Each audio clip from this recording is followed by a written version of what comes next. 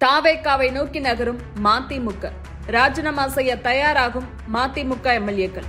அவசியமா என்று யோசிக்கும் விஜய். அரசியல் வியூக வகுப்பாளர்கள் சொன்ன கணக்கு என்ன நடக்கிறது? தாவேகா அமைச்சரவையில் விசிகாவும் ஐயுஎம்எலும் இடம் பிடித்த நாள் முதற்கொண்டு இப்போது வரை இதை கண்டு வேதனை கொள்ளும் ஒரு கட்சி என்றால் அது மதிமுக தான். தாவேகாவுடன் கைகோர்க்க வைகோவும் துரை வைகோவும் எந்த அளவு ஆர்வமாக உள்ளனர் என்பதை விஜய் வைகோ வீட்டிற்கு வரும்போது பார்க்க முடிந்தது. முதலமைச்சராக பதவியேற்ற பிறகு திமுக உட்பட ஒரு சில அரசியல் கட்சி தலைவர்களை விஜய் நேரில் சென்று சந்தித்தார். அப்படியான சந்திப்பில் ஒன்றுதான் விஜய் வைகோ சந்திப்பு.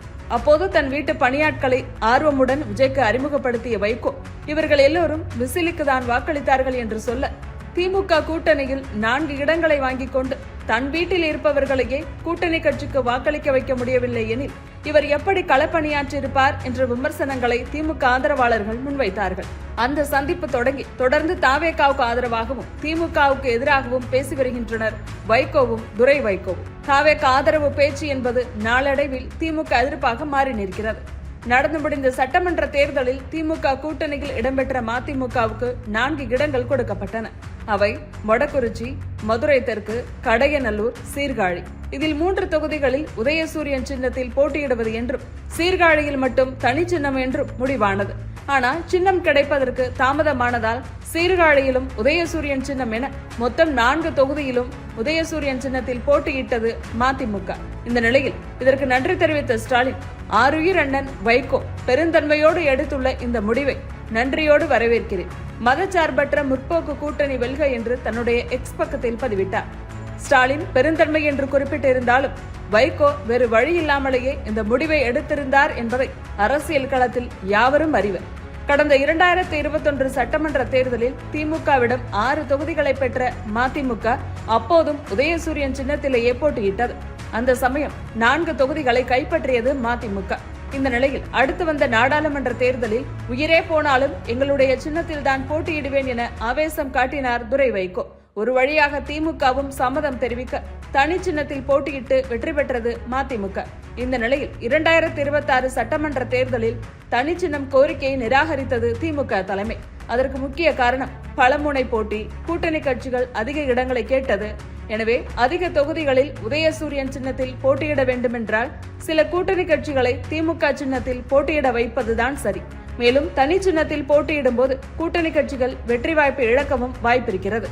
எனவே இந்த விஷ பரீட்சை வேண்டாம் என்று எண்ணிய திமுக தலைமை மதிமுகவை 2021 தேர்தலை போல தனி சின்னத்தில் போட்டியிட வைத்தது. எனவே வேறு வழியின்றி வேண்டா வெறுப்பாகவே 4 தொகுதிகளில் நின்று 2 தொகுதிகளை கைப்பற்றியது மதிமுக.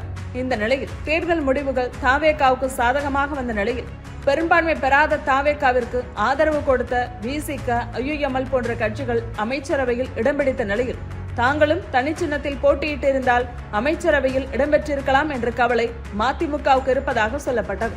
அதை செய்தியாளர் சந்திப்பில் துரை வைகோவும் வெளிப்படுத்தினார். இதை இன்னும் உறுதிப்படுத்தும் வகையில் திருச்சி கிழக்கு தொகுதி மக்களுக்கு விஜய் நன்றி சொல்ல சென்ற போது விமான நிலையத்தில் அவரை நேரடியாக சென்று சந்தித்தார் துரை வைகோ. எனவே மதிமுகவும் தாவேகாவில் இடம்பெறுவது உறுதி என பேசப்பட்டது. ஆனால் உதயசூரியன் சின்னம் என்பதால் தாவேகாவுக்கு ஆதரவு கொடுத்து அமைச்சரவை வாங்க முடியாது. மாறாக அதிமுகவில் 4 எம்எல்ஏக்கள் தங்களுடைய பதவிகளை ராஜினாமா செய்தது போல தங்களுடைய 2 எம்எல்ஏக்களை ராஜினாமா செய்ய வைத்து தாவேகாவுக்கு ஆதரவு கொடுத்தால் இடைத்தேர்தலில் வெற்றி பெற முடியும் என்பது துரை வைகோவின் கணக்கு என்கிறார்கள். இந்த நிலையில் சட்டென தாவேகா பக்கம் சாய்வதை விட திமுக எதிர்ப்பை வலுவாக பதிவு செய்ய வேண்டும் என்ற நோக்கில்தான் வைகோ துரை வைகோ இருவரும் மாறி மாறி திமுக மீது கடுமையான விமர்சனங்களை முன்வைக்க தொடங்கியுள்ளனர். திமுக தங்களுடைய சின்னத்தில் எங்களை நிற்க வைத்து சங்கடப்படுத்தியது. மிகவும் அவமானப்படுத்தும் வகையில் இது அமைந்தது. 10 ஆண்டுகளாக திமுகவுடன் பயணிக்கிறோம். மக்களின் பொதுவான பிரச்சனைகளுக்கு ஒன்றாக குரல் கொடுத்துள்ளோம். ஆனால் சின்னம் விஷயத்தை செய்தது ஜனநாயக விரோதம், சமூக நீதிக்கு எதிரானது என்றார். இது வெறும் சின்னம் சார்ந்த பிரச்சனை மட்டுமல்ல, மதிமுகவின் அரசியல் அடையாளத்தையே சிதைக்கும் செயல். தாங்கள் ஒரு தனி இயக்கம்.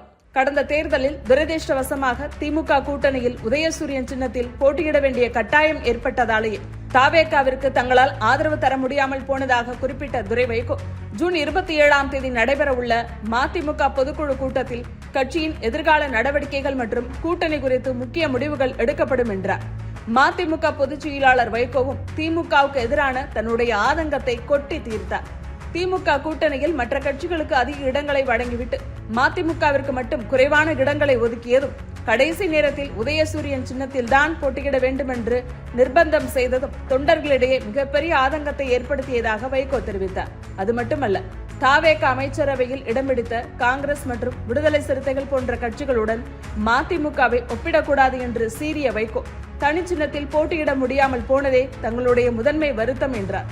இப்படி மதிமுக தாவேகாவை நோக்கி நகர அனைத்து வேலைகளையும் செய்து வரும் நிலையில் தாவேகா தலைவர் விஜய் மதிமுக எம்எல்ஏக்களை ராஜினாமா செய்ய வைக்க யோசிப்பதாக சொல்லப்படுகிறது. காரணம், ஏற்கனவே தாவேகாவை பேர சக்தி, குதிரை பேரம் என்கிறார்கள். தற்போது விசிக ஐயுஎம்எல் அமைச்சரவையில் இருப்பதால் அவர்களால் ஆட்சிக்கு ஆபத்தில்லை. தன்னுடைய ஆட்சிக்கு சிக்கல் வந்தால் அது இடதுசாரிகள் வெளியேறினால்தான். ஆனால் அதற்கும் ஒரு வழி கிடைத்திருக்கிறது. அதிமுகவின் 4 எம்எல்ஏக்கள் தங்களுடைய பதவிகளை ராஜினாமா செய்துவிட்டனர். கூடிய விரைவில் திருச்சி கிழக்கு உட்பட 5 தொகுதிகள் இடைத்தேர்தலை சந்திக்கும். இடைத்தேர்தல் பெரும்பாலும் ஆளும் கட்சிக்கு சாதகமாக வாய்ப்புண்டு. எனவே இந்த நேரத்தில் மதிமுகவின் 2 எம்எல்ஏக்களையும் ராஜினாமா செய்ய வைத்து இன்னும் விமர்சனங்களை பெற வேண்டுமா? அது தாவேக அரசுக்கு கெட்ட பெயராகும் என்ற எண்ணம் இருப்பதால் விஜய் மதிமுக குறித்து யோசிப்பதாக சொல்லப்படுகிறது. இருப்பினும் கூடுதல் தொகுதிகளில் இடைத்தேர்தல் நடைபெற்றால் அது தாவேகாவுக்கு அரசியல் ரீதியாக சாதகமாக அமையலாம் என்ற யோசனையும் விஜய்க்கு அரசியல் வியூக வகுப்பாளர்கள் சொல்லியிருப்பதால் என்ன செய்ய போகிறார் விஜய் என்று ஆவலுடன் காத்திருக்கிறது மதிமுக.